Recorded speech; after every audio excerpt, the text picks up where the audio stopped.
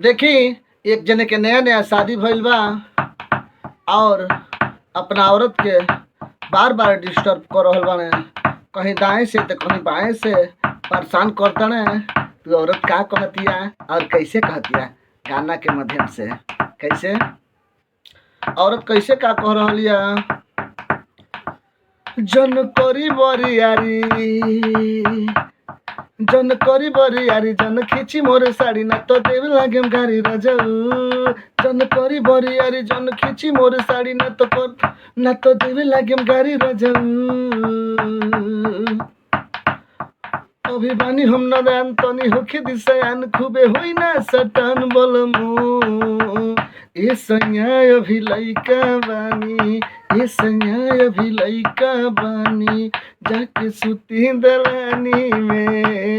ए सैया अभी लइका बानी, जाके सुती दलानी में।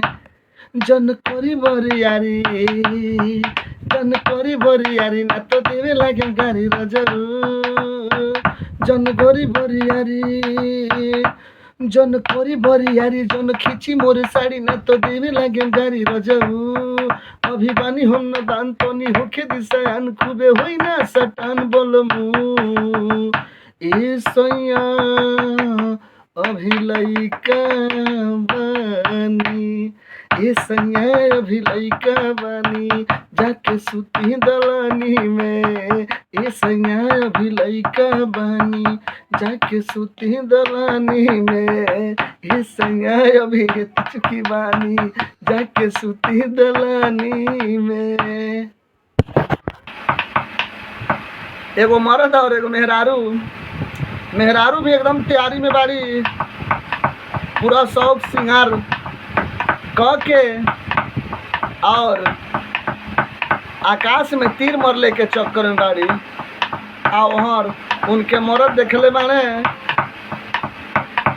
उनहू के मूड गरम बा, लेकिन वो कैसे कहताने देख के परेशान हो गए हैं। लास्ट में एक लाइन कैसे कह रहल बाने हैं?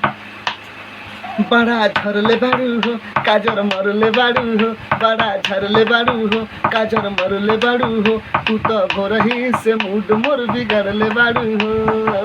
बड़ा झरले बाड़ू हो, काजर मरले बाड़ू हो, बड़ा झरले बाड़ू हो, काजर मरले बाड़ू हो, तू तो भोरही से मूड मोर बिगड़ले बाड़ू हो। औरत कैसे कह रहल बाड़ी? बड़ा झरले बाड़ू हो, काजर मरले बाड़ू हो, तू तो भोरही से मूड मोर बिगड़ले बाड़ू हो। काले से ज्यादा मन आज करता, आज करता। और का कहतड़ी राजा पाया